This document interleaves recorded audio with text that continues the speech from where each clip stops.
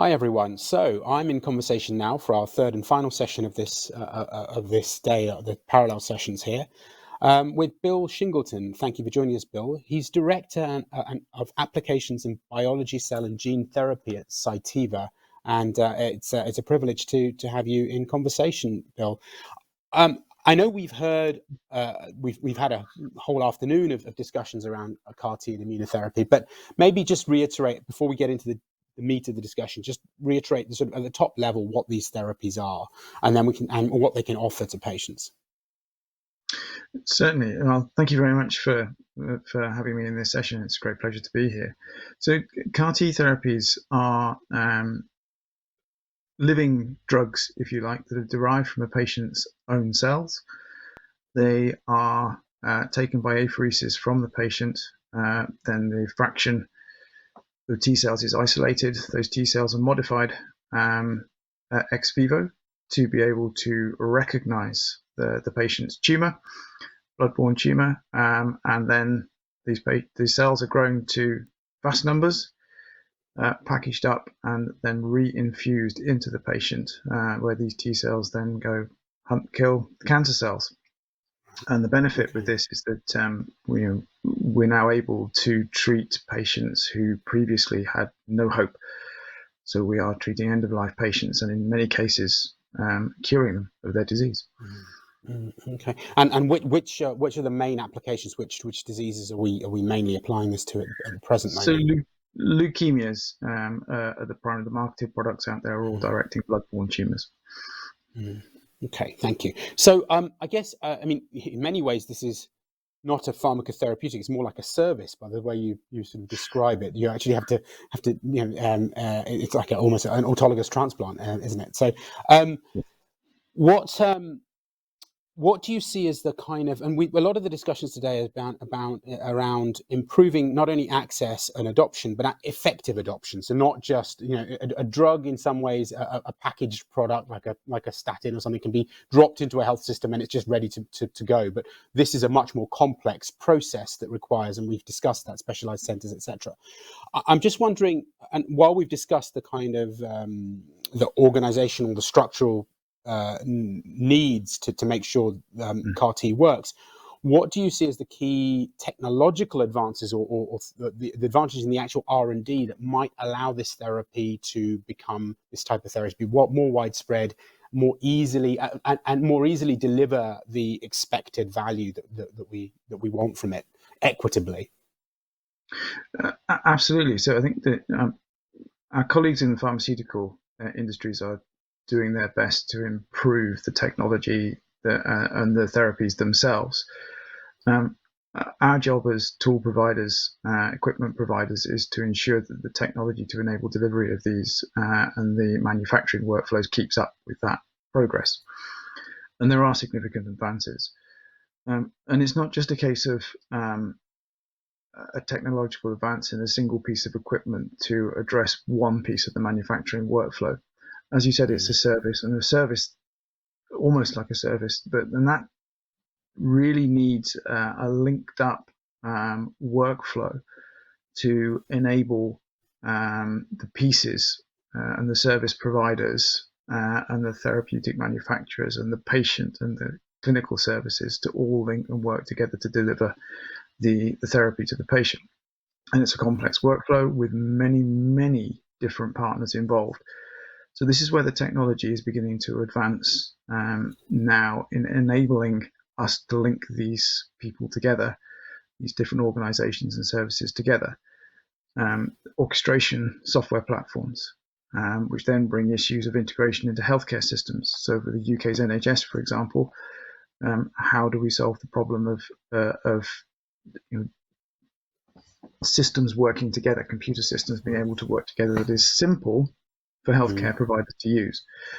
And that'll help to bring the equity. If we can solve and produce solutions like that, it will make it much easier for therapy providers to deliver these novel treatments to patients wherever they are. So let's. I want to unpack the word easier. Does that mean sort of the workforce training requirements, the time taken, the facility, the sort of the capital cost of facilities, or what aspects would make it easier, and how do you hope that would extend the reach of these therapies, both geographically and within and between countries, and also in terms of maybe possibly different diseases, but maybe that's not part of it. So let's just absolutely. In terms of different diseases, the promise of advanced therapeutic medicinal products, ATMPs or cell therapies or gene therapies, is that we can potentially cure all sorts of tumors and other rare diseases. So I'll give two examples, if you like, of specific around this. So first is the vast majority of these products are delivered, certainly in cell therapy space, delivered as cryogenic products. So by cryogenic, we mean below minus 120. And most of the time, that requires liquid nitrogen. Now, if your facility does not have or is not equipped with liquid nitrogen infrastructure, it makes it difficult. So one of the advantages that we've come through from our side, for example, is that we're developing liquid nitrogen-free cryogenic technology, and that's from control rate freezers through to liquid nitrogen-free shipping devices that enable the pharmacy, for example, to receive a cell and gene therapy, but even though it's cryogenic, without having to deal with liquid nitrogen. So that's one area that we're doing, which should enable greater access for different types of clinics to do. The second, in terms of ease, these are complicated pathways that are controlled by software. Now, each therapeutic manufacturer has their own software system that controls this. And so a professional that's going to deliver this has to understand several different software platforms, has to have logins and access to several different platforms. And that's just to do one bit. Right. So being able to simplify that such that there's a gateway or a portal where a healthcare professional can log in once and then give them access to the various systems would simplify things immensely. Right. So on that point, I mean, sorry. Yeah, go ahead. Sorry. Yes. And these are things that are in development now, technologies that will, with a fair wind and cooperation across the board, become reality. So essentially, that would allow the reach of these kinds of technologies or these kinds of therapeutics into settings where previously it just the barrier to delivering this just would have been too high, including in perhaps lower and middle income countries as well, and also less specialized centers perhaps. On this issue of different manufacturers having different platforms, is that the pharma industry then you're talking about, having different platforms for each of the types of CAR T, and then the a clinician or whoever initiates that has to decide which platform to go for because of the therapy that they're choosing? Is that what you're saying? Yes, that is what we're saying at the moment. So and then there are third-party developers developing orchestration, what are described as orchestration platforms that support the process from start to finish, from a clinician deciding that a patient is suitable for a CAR T, then choosing which CAR T that person is appropriate for that person from the products that are on the market, right the way through to scheduling their apheresis collection, coordinating with the manufacturer to start the manufacturing workflow, and then returning that product to the patient all the way through. So there are third-party providers that are working to provide these solutions, plus the fact that the therapy providers themselves, the pharmaceutical companies, have understood that there's a need for this, so have developed their own. So yes, there's potentially an option or a need to have access to many different platforms, and this is a problem that's recognised, and solutions are being worked on to try and address. So it's actually you describing quite a competitive market for the service infrastructure for this. So if in that case, I mean, for a market to function efficiently or well, how are those those different providers being assessed, or how do we work out whether they're delivering a good service or delivering good outcome ultimately for the patient? So within the UK, there's an Innovate UK government-funded initiative called the Advanced Therapy Treatment Centres, the ATTC networks. Now, there's three centres across the UK that are working with this. Now, they're not just evaluating; they are actually involved with the development of these technologies. So there are partners. They're collaborative partnerships between healthcare providers, so the NHS. Each one is led by an NHS authority, and we have partners from the pharmaceutical industry developing these drugs. We have partners from clinical delivery services, be they clinical trials or the clinicians themselves within hospitals, and then tool providers such as ourselves, and that includes software providers that are all working together to work out how we do this. So it's not just a case of companies spotting an opportunity and going for it and then competing for the business. That actually involved in the process of developing this to make sure it is the best for patient outcome at the end of the day. Interesting. And well, that probably brings us on to discussing the translation of developments and accelerating the translation of developments in the underlying biotechnology, but also the underlying service provision technology and software technology. So tell us a bit more about how those sort of collaborations, when they're valuable collaborations, when they work well, what is it about them? What goes on, and is there real world evidence generated? Let's get into the guts of that a little bit.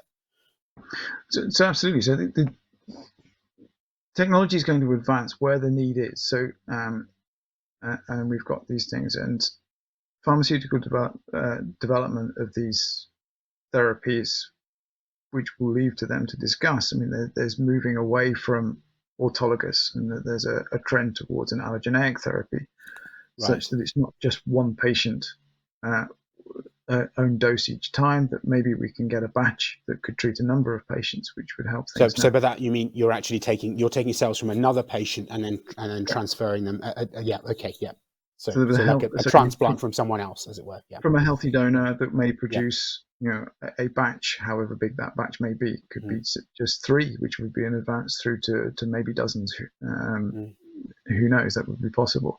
But side by side with that, in terms of clinical advancement, the current methodologies and manufacturing workflows for the marketed CAR Ts are not very different from the laboratory process that was developed by the academic and clinical research teams in hospital or university environments, and we have adapted the workflow to make through from that. Now, for cell therapies to advance and become translated to treat many patients, we need to be more efficient and have better ways of doing that. And that's where the tool providers such as yourselves need to come up with better equipment, which we're working hard to do. But that better equipment needs to be able to match what the manufacturers require.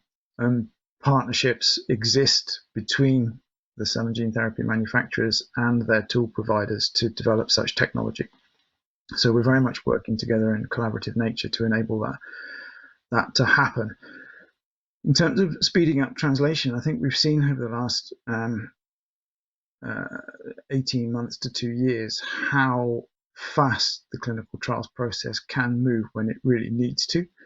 Yes. And we want to pick up the learnings with that. So within the ATTC networks, therapy providers that are in those partnerships and those therapies have been involved in clinical trials around COVID-19. And the teams that are working on that, we've lost them from the network for a period of time because they have been deployed to address a much more acute clinical need. We need to capture those learnings. We are capturing those learnings, which should really help us to move these things forward at a greater speed.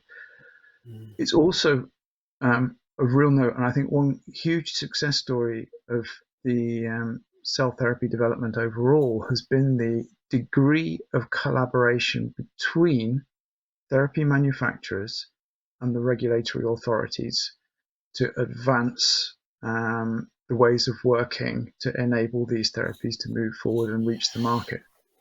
Gone are the days where you do 10 years of development and then submit it to a regulatory authority with your fingers crossed, hoping that it will pass.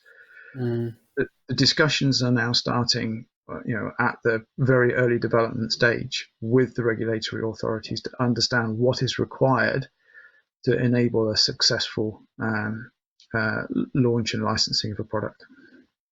That is interesting. I guess that's, one of the things that struck me is if the sort of old world of pharma compliance, where you have to file all the patient from the company, it's just not going to work here, because you actually have to touch the patient, get the cells out, etc. So I guess that's an extension of that same principle, that actually we need to be as a service provider rather than as a company, as a pharma company. I was going to ask about how whether you expect there's a sort of Moore's law type of principle that's going to apply here, in the sense, I'm interested in what you said about how it's basically sort of university lab type style is how it started, and it continues to be for quite some time, and then gradually we're going to be able to automate or accelerate the process, and could we expect also improvements in quality, as well as reductions in cost, as well as better outcomes? So essentially a higher value to the health system from this. Is that the expectation here? That's certainly the expectation. It's what everybody wants to do. The cell and gene therapies have tremendous promise, but if all we end up being able to treat are end stage patients, then they're never going to reach the potential that we all believe they can do. So to enable them to reach patients sooner in the clinical pathway than is currently the case, then things have to be improved. It has to be more efficient. It has to be more cost effective, etc. All these things need to fall into place.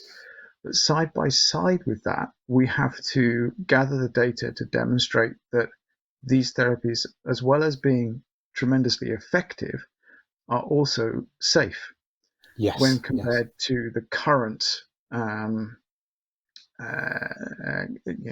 clinically accepted pathways. So in the case of CAR T for leukemia, a patient presenting with serious disease would normally enter several rounds of chemotherapy.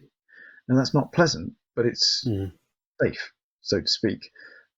We have to gather the data to show that if a patient received a CAR T at that stage, that their outcome would be at least as good, but obviously better than if they went down the chemotherapy stage.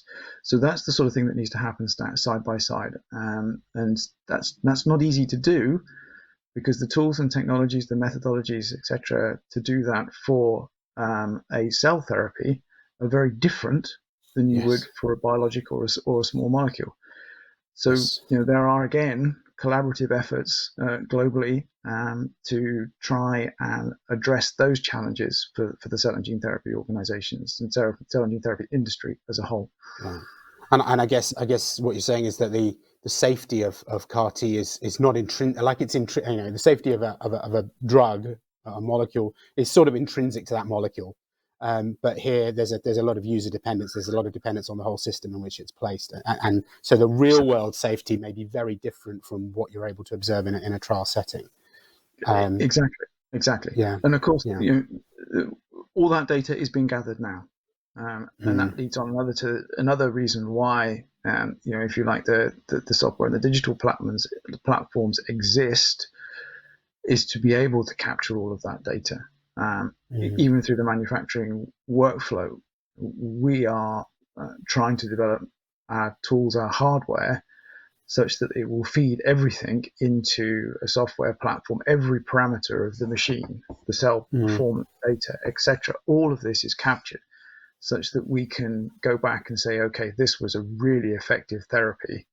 What are the parameters that made that a really effective therapy compared to one that, say, maybe induced a side effect, or maybe wasn't as effective as we might hope?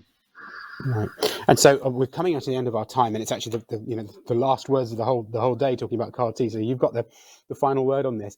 Is what do you, was you put you on the spot? What do you aspire to in terms of, you talked about bringing it forward in the pathway, the better outcomes, the less expensive and more effective. What I don't know. You can put a time frame on it, but what are we shooting for for this therapy? In terms, what are we aspiring to? What do you hope? Well, first of all, is being able to tackle solid tumors, such that we get a real opportunity to be able to offer better outcomes for patients for the majority of cancers. At the moment, the minority of cancers are targeted at the moment. But I genuinely have a dream or a vision where, should a patient present with a metastasized tumor where survival rates have not moved for decades, patients are presented with an option to go for a cell therapy that could cure them, rather than a current care standard of care that will limit their tumor progression for a period of time. That's kind of the vision for that. And there's a heck of a lot of work to do and a long way to go for that. But that is what my vision for these therapies could be, and they can offer it, and we can get there. Okay, well, I think we should. That's a great thing to end on. A great statement to end on. So let's aspire to that and hope for those outcomes that you've described for the majority of patients, if it all comes good. So thank you very much, Bill. Really enjoyed that, and it's a great way to close off the day we've had on CAR T and immunotherapy. Thank you very much indeed.